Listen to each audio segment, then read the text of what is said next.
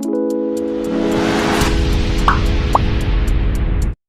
Guys, स्वागत है आपका अपने यूट्यूब चैनल ट्यूटर पॉलिस पर। और दोस्तों, हमेशा की तरह मैं हूं आपका दोस्त और होस्ट प्रियव्रत सिंह। तो दोस्तों, पिछला पेपर आपका पॉलिटिकल साइंस का था और अब आपके जो पेपर्स आ रहे हैं वो हिंदी के हो सकता है, कुछ लोगों का इकोनॉमिक्स का हो सकता है, कुछ लोगों का आईडी ऑफ भारत का हो सकता है और कुछ लोगों का 1205 एडी की जो हिस्ट्री है वो हो सकती है। तो अगर मैं आज के वीडियो की बात करूँ आपसे, तो आज के वीडियो में लेकर आया हूँ हिंदी मीडियम वाले स्टूडेंट्स के लिए, जिसमें मैं उनके लिए आईडी ऑफ भारत जो उनका सब्जेक्ट है उसमें जो यूनिट 1 है वो है भारतवर्ष की अवधारणा, उसका एक कंसेप्ट या उसका एक टॉपिक आपके लिए समझाऊंगा और उसको समझकर आपको एक बेसिक अंडरस्टैंडिंग हो जाएगी कि किस तरह से आपको पेपर में लिखना है। तो दोस्तों, वीडियो को पूरा देखिएगा और अगर आप इस चैनल पर नए हैं तो चैनल को सब्सक्राइब करना बिल्कुल भी ना भूलिएगा और वीडियो देखने के बाद एक प्यारा सा कमेंट कर दीजिएगा, जिससे मुझे क्लियरिटी हो जाए कि मैं जो कंटेंट आईडी ऑफ भारत को लेकर बना रहा हूँ वो आपके लिए समझ में आ रहा है या नहीं आ रहा है। बिकॉज दोस्तों, आईडी ऑफ भारत की अगर मैं बात करूँ तो मार्केट में इसकी बुक्स अवेलेबल नहीं है। मेरा जो मार्केट है, मेरा जो शहर है, वहाँ तो अवेलेबल नहीं है। तो हो सकता है कि शायद इसके लिए पूरा आपको नेट के थ्रू ही पढ़ना पड़े, तो आप अपने लेवल पर भी रिसर्च कर सकते हैं। तो इसी के साथ शुरू करते हैं आज का वीडियो। तो जैसा कि आप लोग स्क्रीन पर देख रहे हैं, लिखा हुआ है यहाँ पर भारतवर्ष की अवधारणा और नीचे लिखा हुआ है 1 पॉइंट करके मैंने लिखा हुआ है दोस्तों यहाँ पर आपके लिए, भारतवर्ष को समझना।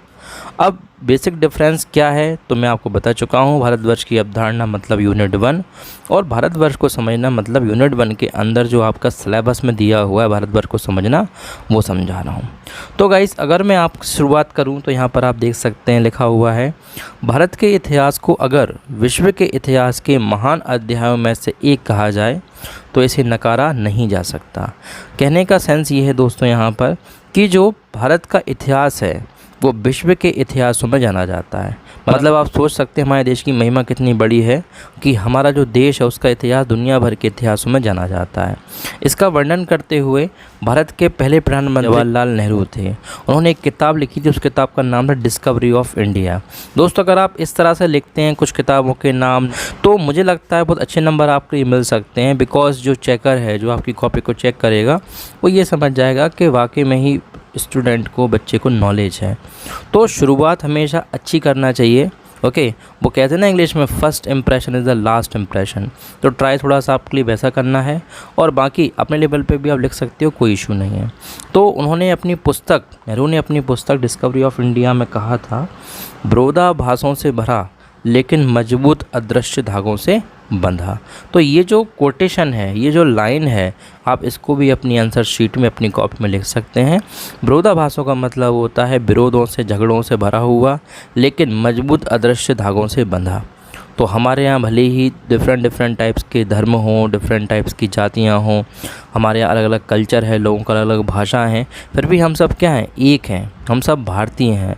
तो इससे अच्छी बात दोस्तों हमको दुनिया में कहाँ मिलेगी। आगे बता रहे हैं आपके लिए। तो हमारा जो देश है वो इस तरह से है दोस्तों कि उसमें आपको लगातार कुछ ना कुछ बदलाव देखने को मिलेंगे। यही हमारे भारत की विशेषता, यही हमारे भारत की खूबी है।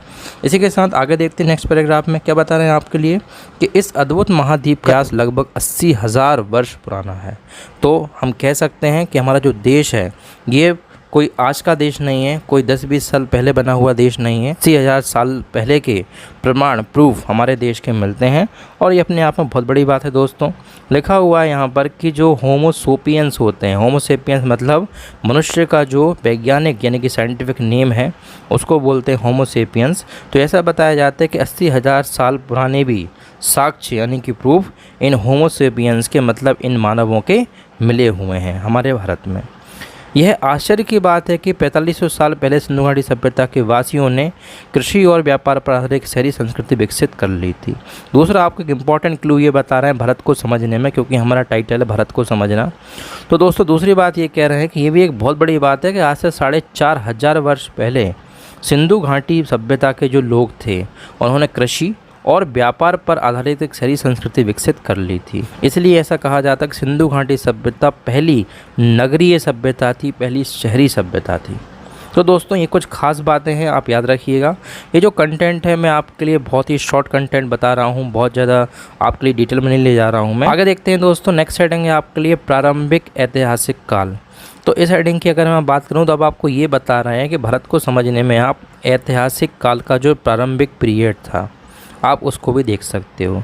तो ऐसा माना जाता है दोस्तों कि भारत की जो इतिहास है वो हमको लिखा हुआ मिलता है वैदिक काल के समय से। और वैदिक काल में ऐसा माना जाता था कि आर्य थे, आर्य मतलब एक समुदाय था, एक कम्युनिटी थी, और वे लगभग 1500 ईसा पूर्व में उत्तर से आए थे। और ऐसा माना जाता है कि उत्तर से यानी कि जो हिंद कुश माउंटेन्स हैं, जो पर्वत हैं, उनको क्रॉस करते हुए, हिमालय को क्रॉस करते हुए, और वो 1500 ईसा पूर्व के आसपास हमारे देश में आए थे।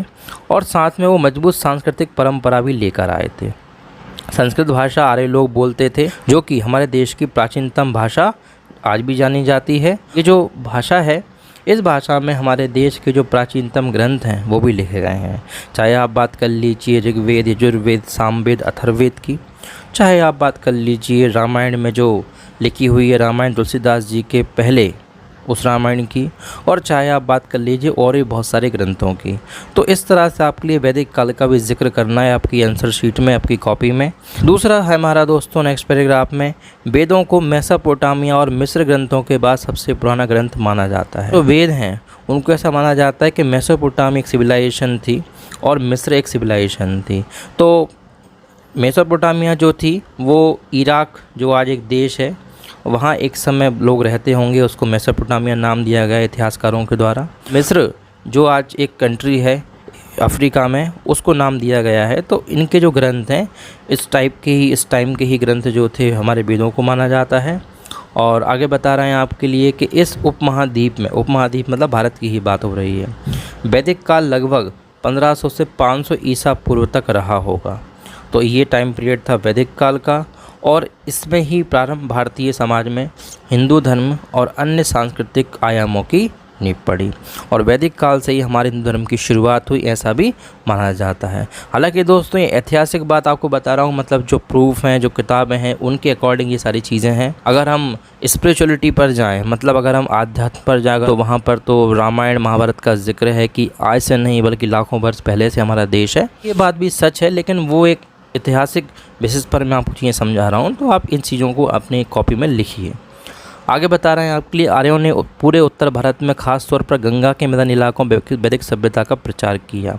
तो जो आर्य थे दोस्तों, उनको वैदिक सभ्यता के प्रचार प्रसार के लिए जाना जाता है, और उसी बेसिस पर मैदानी इलाकों में उन्होंने वैदिक सभ्यता का प्रचार किया। तो ऐसा माना जाता है कि सबसे ज़्यादा जो दिल्ली है हमारा, हरियाणा है, पंजाब है आज का, उत्तर प्रदेश है, उत्तराखंड है, इन राज्यों में सबसे ज़्यादा वैदिक सभ्यता, सबसे ज़्यादा हिंदू धर्म का प्रचार प्रसार हुआ होगा। इसलिए आपको most of the Hindu families इन्हीं राज्यों में यानी कि उत्तर भारत में दिखती हैं। आगे बढ़ते हैं महाजनपद। तो बात कर लेते हैं महाजनपद की। अब देखिए क्या होता है कि आर्यों के बाद हमारे देश में महाजनपद काल का उदय होता है। महाजनपद काल से मतलब कि जो सिंधु घाटी सभ्यता है उसका शहरीकरण तो हुआ, और उस शहरीकरण के बाद सिंधु घाटी सभ्यता क्या हो गई दोस्तों, एक समय के बाद ख़त्म हो गई। उसके पीछे बहुत सारी थ्योरीज़ हैं। कोई कहता है कि बाढ़ आई होगी सिंधु नदी में और सारी सिंधु घाटी, मतलब जो लोग रहते थे वहाँ पर व्यापार करते थे, उनके खेत थे, वो सब बह गए होंगे। ऐसे भी विचार हैं कई लोगों के। कई लोग कहते हैं कि वहाँ पर हो सकता है कि जंगल वगैरह में आग लग गई हो, तो ये चीज़ें हो सकती हैं। तो उसके बाद जो नई सिविलाइजेशन आई, वो नया टाइम पीरियड है महाजनपद का। और ये जो महाजनपद, इसका पूरा सा बात कर लेते हैं हम। उसको आपको नाम से ही समझ में आ रहा होगा, महा शब्द का अर्थ है महान और जनपद शब्द का अर्थ है किसी जनजाति का आधार। तो वैदिक युग के अंत में पूरे उपमहाद्वीप में कई छोटे राजवंश और राज्य पनपने लगे थे। इनका वर्णन आपको बौद्ध ग्रंथ और जैन ग्रंथों में ही मिलता है कि बहुत सारे महाजनपद थे जो कि 1000 ईसा पूर्व पुराने हैं। और ऐसा माना जाता है कि ये जो महाजनपद थे ये भी 1000 वर्ष ईसा पूर्व पुराने हैं। 500 ईसा पूर्व तक 1600 गणराज्य या कहें कि महाजनपद स्थापित हो चुके थे। तो ऐसा माना जाता है कि जब 500 ईसा पूर्व आ गया होगा, यानी कि ये समय आ गया होगा, 500 ईसा पूर्व का टाइम आ गया होगा, उस टाइम तक 16 महाजनपद हमारे देश में थे। इन महाजनपदों के आपको नाम बता रहे हैं, जैसे कि काशी हो गया, कौशल हो गया, अंग, मगध, ब्रजी, मल्ल, चेडी, वत्स, वंश, कुरु, पांचाल, मत्स्य, सूरसेन, असाका, अवंती, गंधारा और कंबोजा। माना जाता है दोस्तों कि जो महाभारत का काल था, यानी कि जो द्वापर का युग था, जिस समय भगवान कृष्ण थे, उस समय भी ये महाजनपद थे। तो ये चीज़ें भी हो सकती हैं, तो आप थोड़ा सा चीज़ों को रिलेट करके लिख सकते हैं। अगली हेडिंग अगर मैं बात करूँ गाइस, आपसे लिखा हुआ फारसी और यूनानी विजय। बता रहे हैं आपके लिए कि जब ये महाजनपद थे उसके बाद बहुत सारे ऐसे विदेशी आक्रमणकारी लोग रहे जिन्होंने हमारे देश पर अटैक करने की कोशिश की, तो उनके बारे में थोड़ा सा बता रहे हैं आपके लिए, क्योंकि आपको भारत को समझना है तो आपको हर तरह की प्रोसेस समझना पड़ेगी, कैसे कैसे क्या हुआ, एक सीरीज़ में, एक क्रम में, एक ऑर्डर में आपको समझना पड़ेगा। लिखा हुआ है कि उपमहाद्वीप का ज़्यादातर उत्तर पश्चिम क्षेत्र, जो कि वर्तमान में पाकिस्तान और अफ़गानिस्तान है, में फ़ारसी ऑकमेनिड साम्राज्य के डोरियस द ग्रेट के शासन में 520 ईसा पूर्व में आया और करीब 2 सदियों तक रहा। तो ऐसा बताया जाता है कि जो फ़ारसी एक राजा रहा होगा ऑकमेनिड, उसका साम्राज्य रहा। 326 ईसा पूर्व के आसपास जब हमारे देश में मौर्य साम्राज्य था, मौर्य साम्राज्य के बारे में मैं आपको थोड़ी देर में बताऊंगा अभी, उस टाइम पर सिकंदर जो राजा था, मकदूनिया एक एरिया है, वहाँ का राजा था यूरोप में, वहाँ से वो हमारे देश आया और उसने एशिया माइनर और अकमेनिड साम्राज्य पर विजय पाई। तो हम कह सकते हैं कि जो फ़ारसी राजा थे उन पर विजय पाई फिर सिकंदर ने, और इस तरह से उसने पूरा हमारे देश पर कब्जा करने की सोची। लेकिन जब वो उत्तर पश्चिम सीमा पर आया तो वहाँ के जो राजा थे पोरस, उनसे वो हार गया और हमेशा के लिए वापस लौट गया। उसके बाद दोस्तों अब बात कर लेते हैं हम लोग मौर्य साम्राज्य की। तो क्या दे रहे हैं आपको मौर्य साम्राज्य में कि मौर्य वंशजों का मौर्य साम्राज्य 322 से 185 ईसा पूर्व तक रहा। यानी कि जो मौर्य साम्राज्य है उसका टाइम पीरियड आपके लिए ये बताया हुआ है। इस टाइम पर मौर्य साम्राज्य था जिसमें चंद्रगुप्त मौर्य इसके राजा थे और इसकी स्थापना करता भी थे। तो लिखा हुआ है कि प्राचीन भारत के भौगोलिक स्वरूप से व्यापक एवं राजनीतिक और सैन्य मामले में बहुत शक्तिशाली राज्य था। मतलब मौर्य साम्राज्य एक बहुत ही बड़ा राज्य माना जाता है और ऐसा कहा जाता है कि सबसे बड़ा महाजनपद मौर्य साम्राज्य ही था।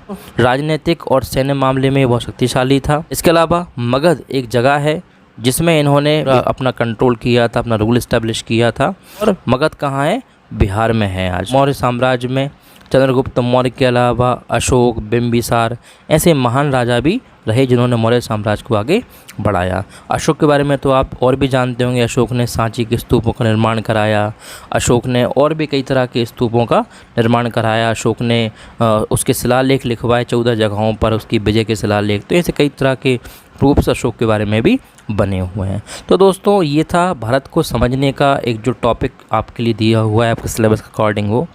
नेक्स्ट जो वीडियो लेकर आऊँगा उस वीडियो में आपके लिए कंसेप्ट ऑफ भारतवर्ष, मतलब भारतवर्ष की जो अवधारणा आप देख रहे हैं, इसका मैं सेकंड वाला कंसेप्ट लेके आऊँगा जो आपको सिलेबस में दिया हुआ है। बाकी कुछ चीज़ें दोस्तों मैंने आपके लिए ऑलरेडी समझा दी हैं मेरे पिछली प्रीवियस वीडियोस में। तो आप बीए फर्स्ट ईयर लेक्चर्स की प्लेलिस्ट में जाकर, यहाँ पर मैं लिख देता हूँ, आप बीए फर्स्ट ईयर लेक्चर्स की प्लेलिस्ट में जाकर वो वीडियोस देख सकते हैं, आपको वहाँ से क्लियर हो जाएगा। इंग्लिश मीडियम में वो वीडियोस हैं, हिंदी मीडियम के लिए आज का फर्स्ट वीडियो अपलोड मैंने कर दिया है। तो इसी के साथ मिलता हूँ नेक्स्ट वीडियो में बहुत जल्द। तक के लिए जय हिंद, वंदे मातरम।